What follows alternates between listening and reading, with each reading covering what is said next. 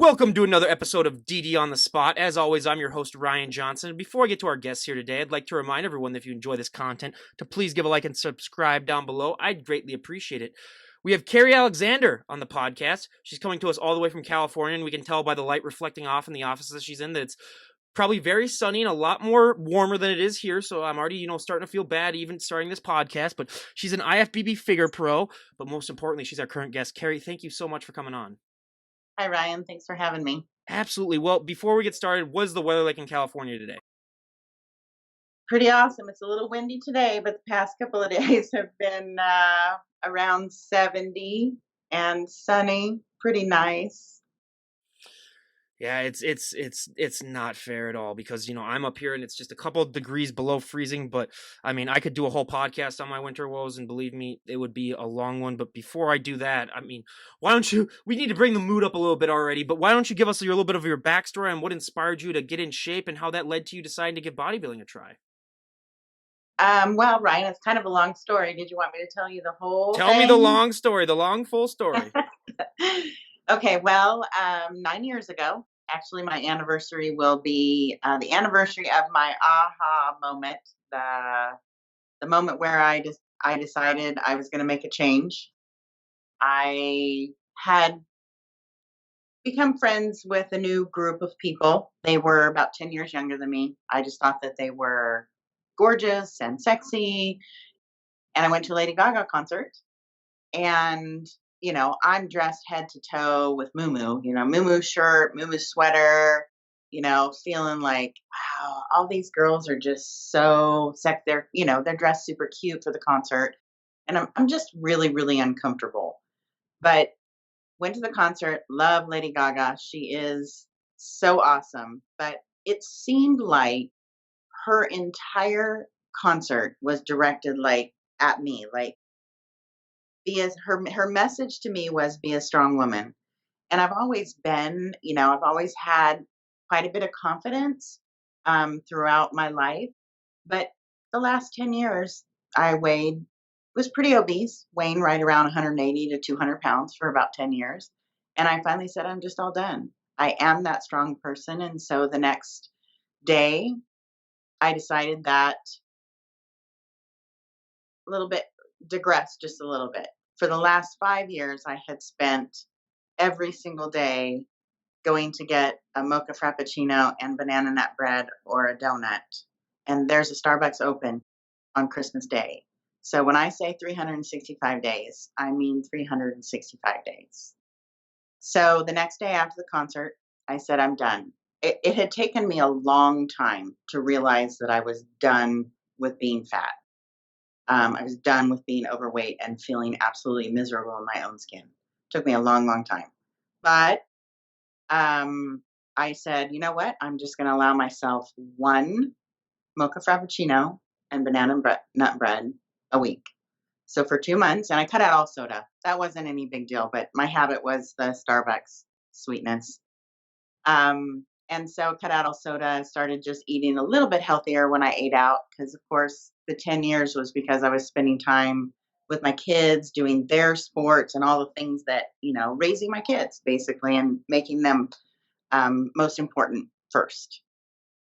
And so I lost 20 pounds in 2 months, and just by doing that. And then I spent the next 9 months, the next 7 months, it took me 9 months to lose 60 pounds and get to my final goal weight. That's awesome. And at what point in your journey did you say oh, hey, bodybuilding, this is something new. This is something interesting. I should give that a try. Just getting back in the gym and starting to work out and feeling better. You lose a couple of pounds here, you lose a couple of pounds, you get down to your goal weight. It's exciting, and it gives you a lot more confidence. And so basically, I didn't start competing until 2015. That was my first show. So from 2011 to 2015, basically, I just lost the weight and kind of kept the weight at the same weight, but just kind of built until it got to a point where I had attended a couple of local shows here in town. And I just was like, you know what? That's a bucket list thing. I think I'm just going to do a show. So I did my first show. That's awesome. And one of the things that I'd love to talk about, because it's the bane of my existence, I hate it more than anything else in the health and fitness lifestyle, is cardio. I mean, I hate it. So I always tell my friends, it's like, unless you're chasing me with a knife, I'm not going to run. Even then, I might not even run. I might just give up and say, okay, fine, just whatever, because that's how much I hate cardio. But what was your experience with cardio like, especially when you were losing the weight? What did you do a lot of cardio, or what was your weight loss journey like when it came to You know, working out? that's a really good question because the facility that I train at. So back in my journey, let me go backwards a little bit. Um, when I lost the 20 pounds after the 2 months that I decided to lose weight, um, a woman who is the mother of the daughter who played volleyball with my daughter. We were at a volleyball tournament. She says, "You know, Carrie, I think you should come check out this gym." And I'm like, "Okay, I'll do it." She goes, "I really think that you'll like it." So I did. I walked in and I've been at that gym ever since because it's an environment that I really enjoy and thrive in. My dad was a football coach for 30 years. He had a very wonderful weight program for his athletes. I grew up in the weight room. You know, I just lost that path. So when I came to this gym, what's interesting about it is we don't necessarily call it cardio because we do a lot of hit training and it's not a conventional and I love this type of facility. So when you see people doing sled pushes and sled pulls and stuff like that, we do that with wheelbarrow buckets. So when I say it's an old school weight room, we don't have a lot of machines, but we do hit cardio. We do have like um, echo bikes, concept two, ski ergs, rowing machines, but we also have we have boxes, we have buckets to push and pull. We do a lot of sprinting outside, so it's not a CrossFit facility because we don't do the same workouts over and over again. But that cardio was within the workout, and that's what worked for me. Not just going to a treadmill or a stair mill or an arc trainer. Um, it was intermixed in the workout, which works really well for me.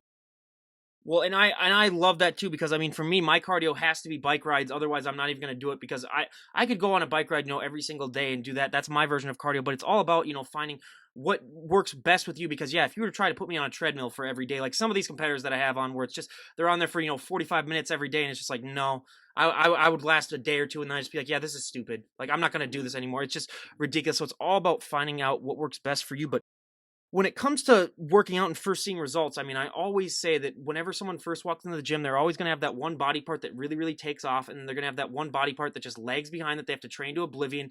I mean, I've said this 100 times on my podcast, my back really, really took off, and then my legs are just shot to oblivion. Where I mean, I'm never going to show them on the podcast because it's just too embarrassing. I mean, for someone who's 6'3", it's just absolutely ridiculous. But what were those body parts for you when you were getting started? Hard to believe that. It's hard to believe that, Ryan. I don't know about that. But you are sitting down. It hasn't been too bad for me. Everything's been, I mean, I lose weight. I'm lucky because genetically I don't have too much upper body, too much lower body. I'm pretty even, but in the glute area has been a little bit rough, especially with my age. And so it's taken a lot of time to build my glutes. And I mean, every bikini competitor, that's all they work on. But for me, my rear end was pretty flat. And now we're almost to a point where I can say I have some decent glutes. Well, I just gotta say too, your traps are just absolutely. I mean, your hair's covering it, but they're just absolutely ridiculous. That's the one thing that when I first recognized you. But I've been playing off the age now because I wanted to be respectful. But how old are you? Ryan, I'm 50. It's not very common that you see bodybuilders that are 50 years old with this much muscle. There are some, Can you but give us a front double bicep, and I can just say everyone no, no, she's no, 50, no, she's no. 50. Look at that. That's just absolutely ridiculous. That's 50 years old. Are you kidding me? That's just everyone. We all got to go hit the gym now and just take care of ourselves because that's just such a big inspiration. But when you were getting started, I mean, nutrition is by far not even close to being the second most important thing. It is the most important thing. Not even anything close in second. But what would you say were probably some of the bigger nutritional changes that you made when you got started, really taking things seriously? The biggest part is figuring out that, your body you need to eat every 2.5, 3 hours. You need to have your body fueling every 2.5, 3 hours. Um, you know what? And I think that for most people coming up with food that they enjoy, it takes you a little while to experiment and see, oh, I like this, I don't like this. I mean, the bodybuilding world knows that, we eat chicken, we eat fish, we eat lean beef, we eat vegetables. There's not a lot of excitement in the diet, but, using seasonings and how you prepare it makes a huge difference. But also, what's really important for most people who have a hard time with dieting is food prep. Just taking the time and learning how to make food prep efficient so you have food all the time. Yeah, I couldn't agree more. That food prep, I mean, we hear so many stories of people, they spend their entire Sundays getting the next week's ready, but it works for them. And I would love that too, because then you do not have to worry about it at all. But when you were getting started in bodybuilding, were there any myths and misconceptions that you thought were true that you found out to be false? I don't know about that. I don't know that I had any. What do you mean? Like, give me an example. A lot of people just have some misconceptions about all the hard work that it's going to. A lot of people don't believe that it's as hard as it really is when they first get started. We hear that a lot, where it's just a big welcome to the show basically thing that they say a lot for pro sports. But when you finally realize all that hard training, or they don't realize how much it takes over your life and it becomes your lifestyle, and how much you really just have to dedicate and sacrifice to the life.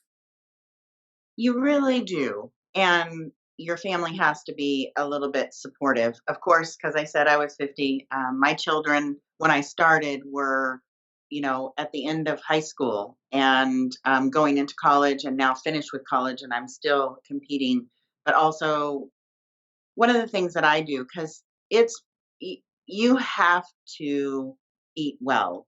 But one of the things I've always pride myself on is cooking meals for them that they enjoy.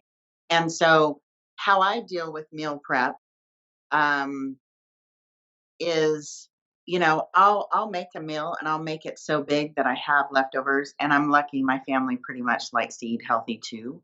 But there are some meals that I can't eat that they still enjoy. So, once a week, twice a week, I will fix all of their favorites, but also fix meals, for me for prep. You answered it perfectly, but I got to ask, so what's your son's impression of having a mom that's jacked and muscular? What do they think about it?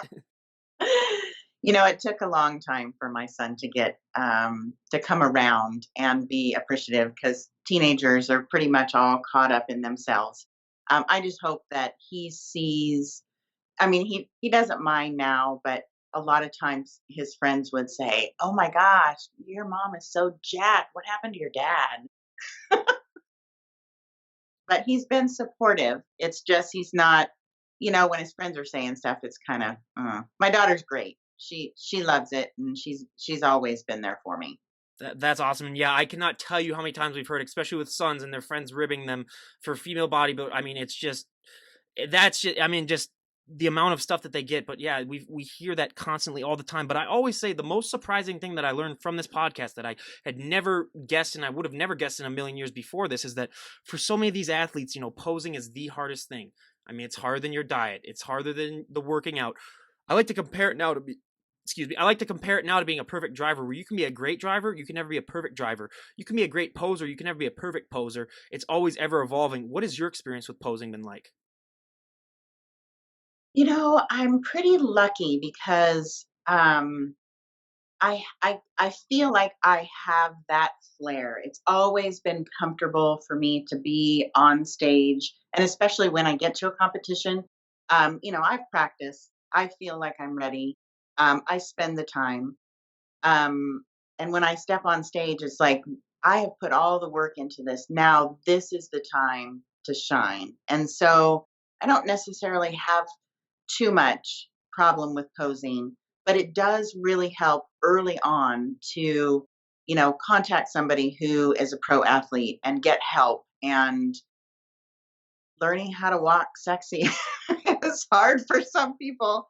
Some people have never ever. I mean, I've coached posing. I don't train people, but I've coached posing, and there are so many people who've never walked in heels and they don't know how. And just teaching them and spending the time, put your heels on and cook dinner.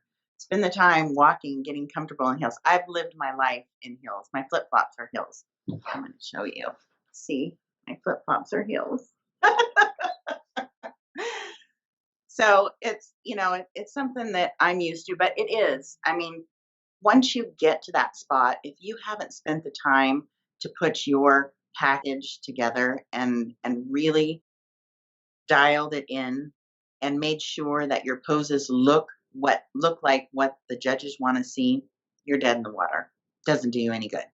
And so it is a huge thing, and you should be posing every single day and practicing every single day. I couldn't agree more. And out of your figure poses, I know that there are only 4 of them, but what is your favorite pose and what is your least favorite pose? Oh gosh, that's hard. I actually enjoy it all. I'm pretty strong in my back. My glutes are not. I'm still working on it, and I think this season I'm almost at a place where I'll have the whole package from the back. Honestly, I just like stepping on the stage at first. Like, I like that, and that's what I teach my posing clients is that first step that you take on there, you demand attention. And so you have to get them to want to watch you. For me, it's the overall emotion and feeling that you get when you try and bring everybody's attention to you. Does that make sense? Absolutely. Yeah, and like you're talking about, some people have that sass and some people have that pizzazz where they just naturally can do that. And I mean, especially in the bikini division, we've heard multiple stories of you need to have that flair and sass, and it's a special gift, and you can really tell between the difference between someone who's a pro and someone who's not, because they generally do have that sort of flair where they just make it look so much more natural. But one thing that really is not talked about too as much as it should be is the fact that this is so much more of a mental sport than it is a physical sport. People just don't assume that because a lot of times they just think that bodybuilders, they just work out and they go up on stage and they pose, and they don't realize that that's like 5% of your journey. There's so much more mental aspects when it comes to your prep and just mentally waking up and doing the same thing and getting through preps. It takes so much mental toughness. And was that a struggle for you at first to sort of get that mental toughness into your body, or was it always there? And how has it been like as your journey's gone on? Have preps gotten easier for you mentally? It just depends on how much time you actually have to put in the gym. I mean, for people who work full time, it's pretty tough. When you're doing a couple of hours of cardio and you got to train every day, I'm going to say, I mean, it's pretty tough. And if you don't have anybody who's supporting you and um, wants to see you succeed, it's pretty hard. But for me, I've had that support, haven't had any issues with that. I enjoy working. That's part of, like I said before, we had talked about this before. It's difficult for me when you cut my food back, but if you add more work to it, I won't have any problem with it. I like to work. I like the habit. So if you're somebody who's not willing to really and doesn't have that personality, then you might have a hard time. The only difficult part that I've had in terms of the grind of every single day is when I had an injury. Up until this last season, everything's been pretty great. But I hurt my knee in April last year, and I didn't finish my season until the end of August. And I had surgery at the end of September after my season was over. And it's mentally tough knowing that you just have to push through, and it's hurting and it's not comfortable. That's the hardest part that I've had with it. How did you hurt your knee? You know what? There were just a couple of exercises. I started with a new coach. My team is the Pro Physiques, and Damian Segovia is my coach. And I started with him, and there were a couple new exercises And I was using, probably some dated machines, and it just didn't agree with my knee. And so I started having a little bit of a click, and I had some meniscus issues. So I had surgery in September, had that all cleaned up. And for the most part, I'm almost back to 100%.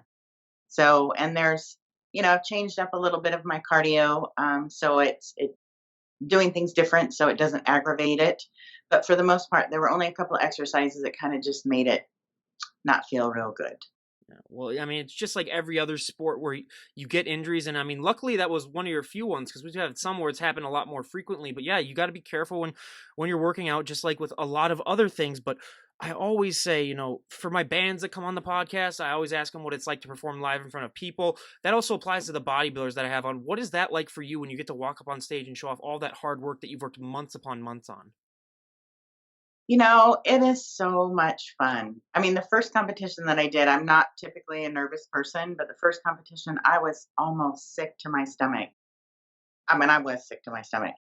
And the first show that I did, it was like, oh my gosh, I just love this. All that stress went away. So, and you know what's really wonderful about the competitions? You put in all of this work. Everybody puts in the work. Everybody who's competing, especially at the pro level. Some can be very, very different. Some can be, better in certain areas.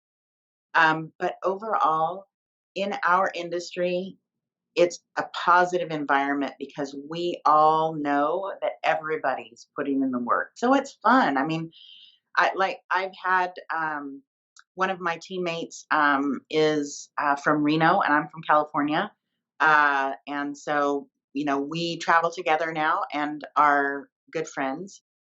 We develop these relationships with all the other competitors, and it's absolutely incredible, especially when you're traveling all over the United States and you're seeing people that you have followed. Um, and it's just fun to be there and be on stage with them. I always said this is one of those rare sports where the athletes generally do care about each other, and there's that acceptance, and it's sort of like you said, everyone knows that they put in the work. So I always love to bring that up as well. But a question that I like to ask all the pros that I have on the podcast, because for anyone out there who isn't aware, I mean, winning your pro card for a lot of these athletes is the defining moment of their career, just because that is the affirmation that all the hard work that they put into this is starting to pay off, and they can compete in pro shows now. What was that like when they called your name and you realized, oh my god, I'm a pro now? It's really interesting because at our show, you know, I did I won at Universe, so in New Jersey. And that show has open as well as masters. And so I had contacted one of the IFBB judges, and I said, hey, do you guys hate seeing our faces in classes? He's like, no, if you can compete in all three classes, enter all three classes because you never know what's going to happen. And so at Universe, I entered, 35 and up, I entered 45 and up, and I did open. And the first two, and that was my second show, my second national show. I did Miami in November before Universe in June.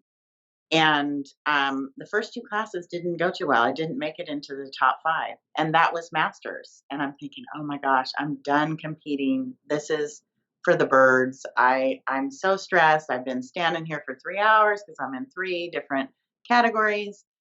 And I step on stage and I get called out in the top four. And that's kind of a crazy thing because I was thinking that I was done. And I didn't realize that in open, the top two earned their pro cards. And so if somebody has earned their pro card in another division, the next person down gets their pro card too. So after prejudging, I realized, oh my gosh, the person who's ahead of me has already won their pro card. That means most likely if I get second or third, I'm going to earn my pro card. The video is quite funny when you see me actually realize on stage. It's absolutely an incredible feeling. Incredible. You have no idea because you've worked so hard, and there's I don't know how many total athletes. I mean, in bikini there were like 600 at Universe there are so many athletes back there. It's just crazy, and it's so easy to get caught up in your head. And and when I won that, it's like, oh my gosh, this is my second national show, and I get my pro card. Yeah, I mean, I can't imagine what it's like to go through that journey and then to finally, get that pro card. But what would you say is probably some of the bigger training techniques? Or a lot of people they obviously you got to put on a lot more muscle once you become a pro. Or you got to clean up your look for a lot of the competitors. What were some things that you thought that you really need to work on that you really put into gear once you got that pro card? Um, I've always been told that I need to develop my lower lats and my glutes. That's always been over and over and over again. And I'm going to tell you that this year is by far the best I've ever done in the off season. I will have had 7 months of off season before I start prep, which is in 2 weeks. Yeah, and I mean, yeah, those long off seasons, yeah, you can really, really toy with things and really make those changes. And yeah, 7 months, wow, yeah, I can't imagine, how much muscle I could even put on in 7 months.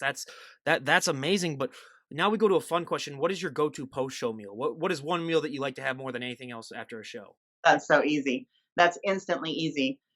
BJ's Brew House has I know this is, um, they have a jalapeno guacamole burger and then a Pizookie for dessert. If there's a BJ's anywhere near, that's where we go. There's nothing like that out here, but yeah, I can just imagine that. I always said I would just rent out a Five Guys with like $1,000 and be like, I'm buying you for the night. You're gonna feed me until I either die, puke, or pass out. But either way, I'm gonna get my money's worth. But when we're talking about myths and misconceptions, I mean, one thing that I love to talk about because it's not talked about as much as it should be is so many people don't realize that that look that you guys put on stage, that is not a sustainable look. I mean, we've heard so many stories of people, especially if they don't have coaches, when they first get started, they just get shocked by the fact that, oh my God, I'm not going to be able to look like this 24/7. And I think a lot of it might be like with like shows like Biggest Loser, where people go on and they lose the weight. And then, some of those people are able to maintain it, where people apply that to bodybuilding, where it's like they work so hard, they should be able to maintain that look 24/7, but they don't realize with the, all the manipulations that you've done with the water, with carbs, or just all the certain things that people do right before the show to get themselves to look that lean. What has that experience been like with you sort of realizing that, like, hey, that look that I present on stage, that's not going to be a sustainable look and I am going to change? Has that gotten easier for you as your career's gone on to accept that? You get used to it.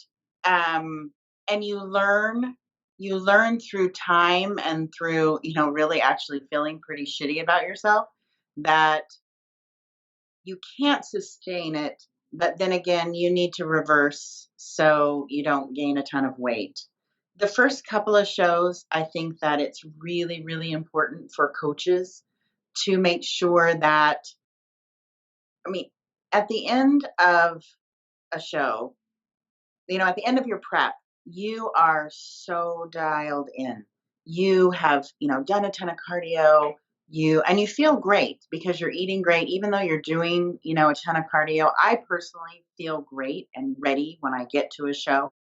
It is really hard because you've deprived yourself of so much, and you've been so tight the last few weeks that you just want to go home. I mean, I can gain 20 pounds in a week.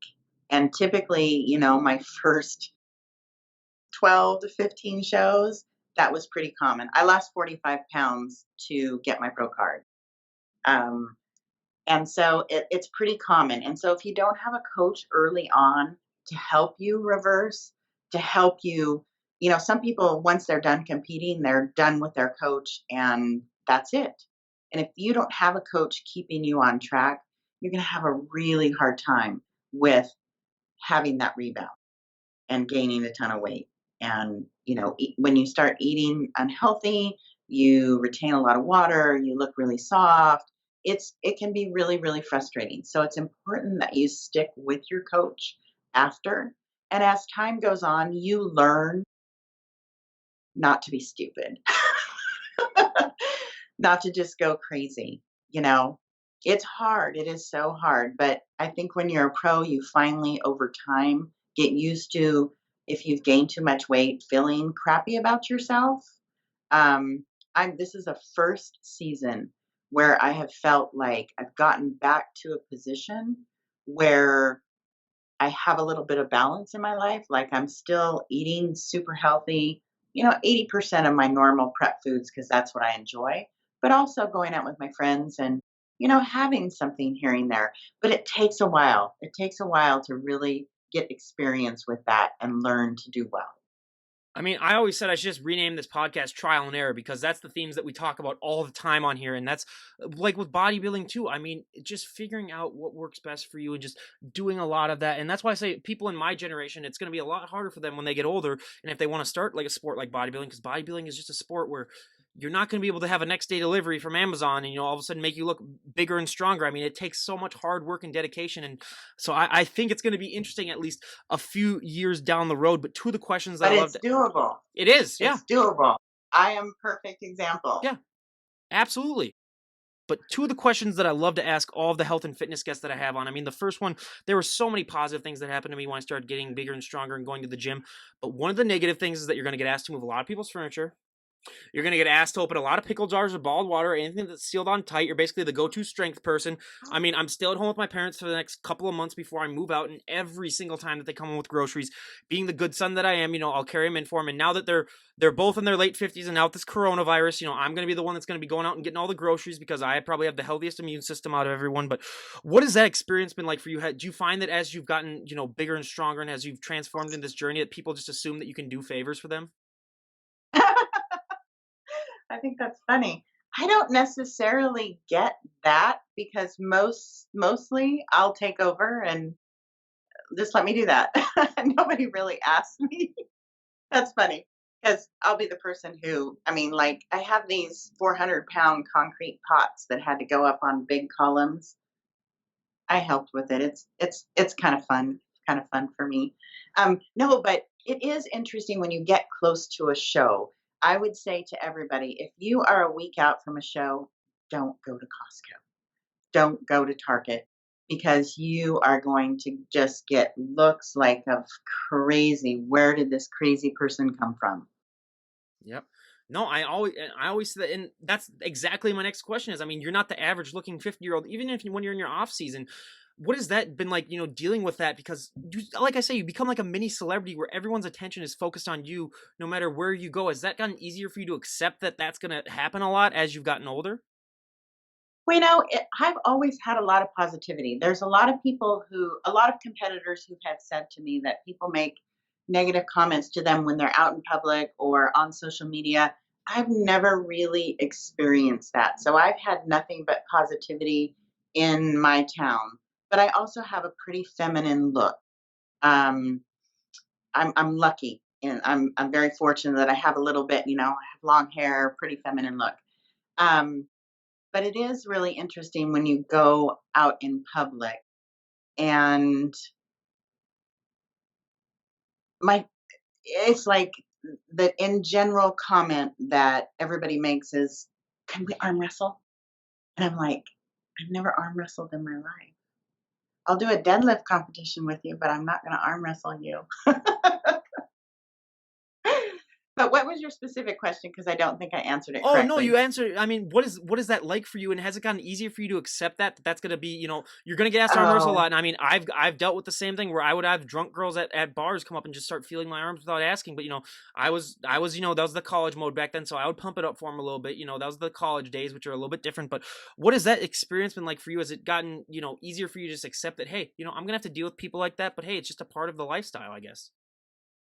what's really encouraging to me is to see people appreciate muscle, especially on a woman.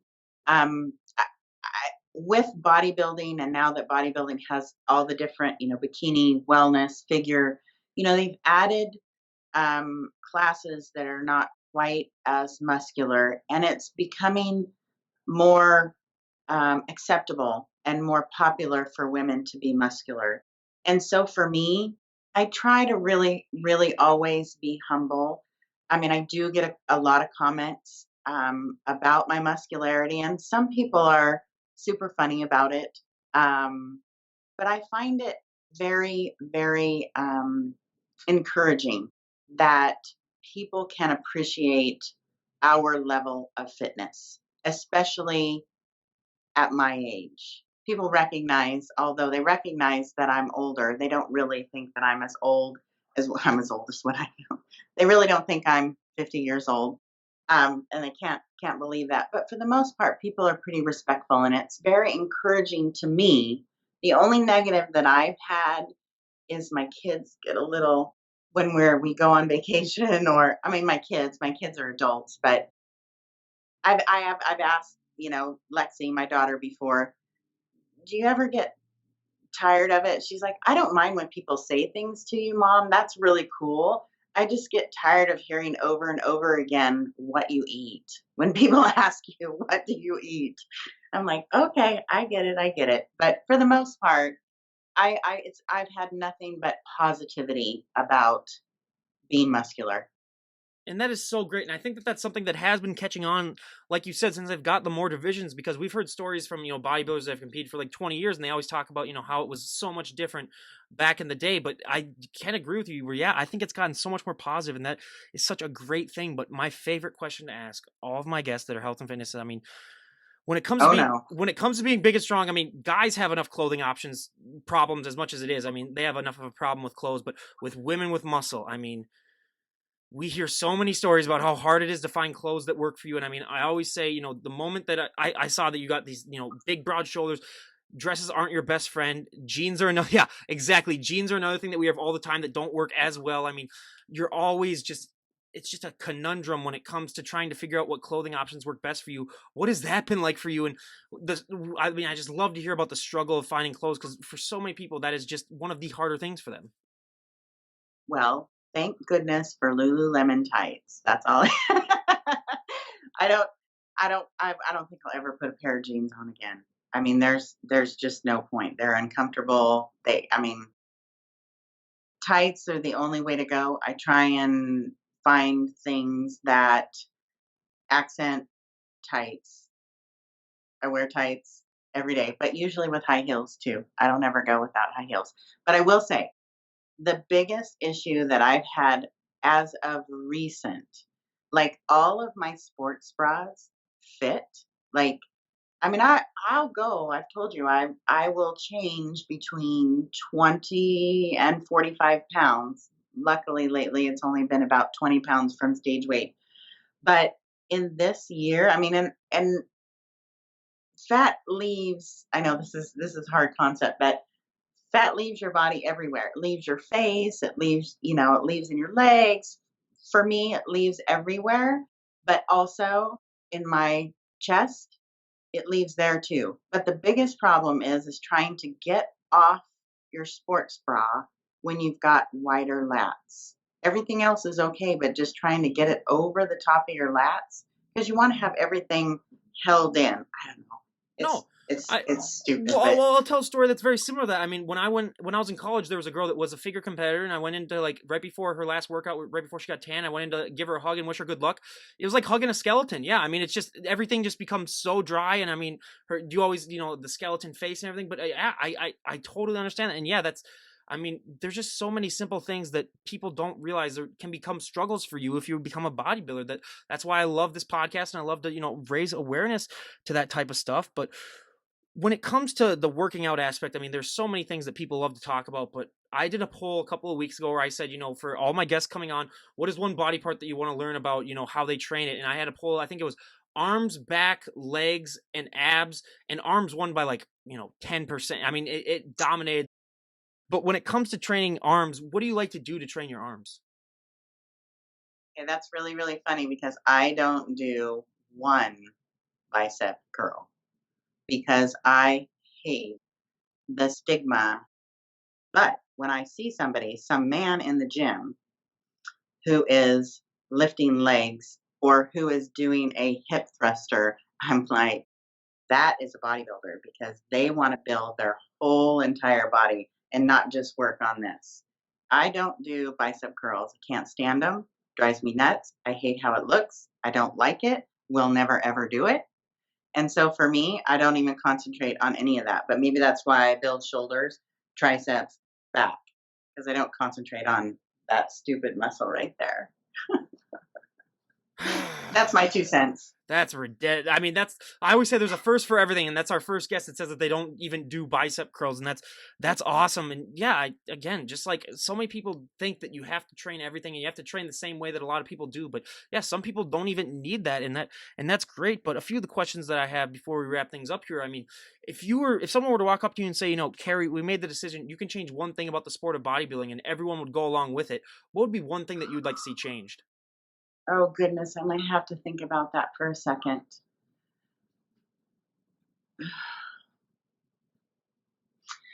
Consistency.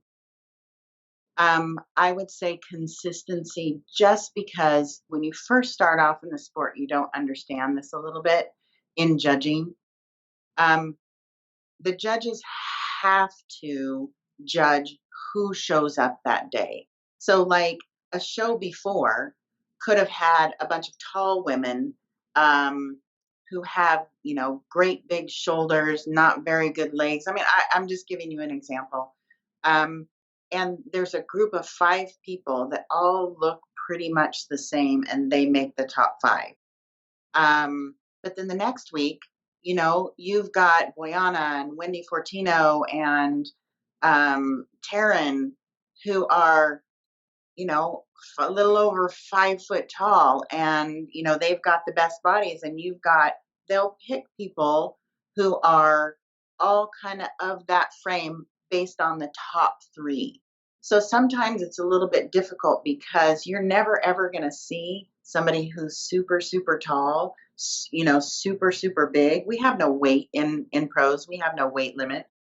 And so you're never going to see that. So, 4 and 5 sometimes may not be the great pick because the tall person was awesome, but because most of the top competitors who are placing are in that range, it's a little bit frustrating. So, a little bit more consistency in what they're looking for would be better for me. And I'm sure that many athletes will say that that's one thing that they'd like to see a little bit better. Oh, by far our most popular answer. And I always say that's another big myth that I love to bust is a lot of people just think that, oh, these bodybuilders are just gigantic, huge, and they're all like 6 feet tall. And it's like, no, if you go to these shows, especially for the women, like you said, they're like usually around like 5 feet tall. And me being 6'3", I mean, it's just like I could bounce them like a basketball, basically, if I wanted to. But it's just, I that's another thing that I mean, it's just there's so many myths I think for the general public about bodybuilding. But yeah, if they could somehow find a way that like I've had some 6 foot female bodybuilders on the podcast, and yeah, it's a tough thing to do because you really just have to be just an absolute genetic freak if you want to place well if you're a taller person, because yeah, the smaller people, it's a lot easier for them to just have that compacted muscle and just look bigger overall. But if we were to talk to you a year from today, what are some goals that you would like to have achieved? What are your plans for competing in the future? If we were to talk, where would you like to be at a year from now? Well, I earned my pro card, and every single goal that I set, I've met. And so this last season was a little bit hard because you get to a level and the pro level. I mean, we're competing. I'm on stage with women that are in the top 5 at Olympia, in the top 5 at Arnold. And at our level, everybody looks incredible. Everybody puts in the work. Everybody is doing what they need to be doing. So for me, being 50 years old, my first goal when I got my pro card was basically I wanted to make it into the top 10 at a pro show. It didn't take me very long to realize that I'm probably not going to be able to achieve that goal based on the level of competition and women's age, that kind of thing. And so then I thought, well, I said top 5, but I thought maybe the top 10. So I decided that I was going to change my goal to be an attainable goal.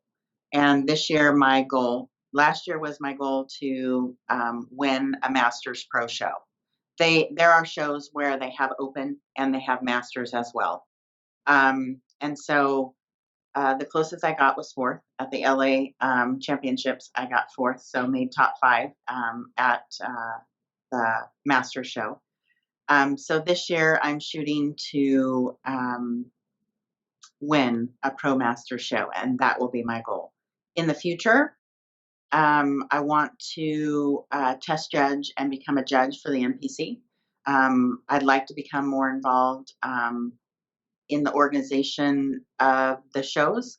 Currently, I expedite for center podium shows.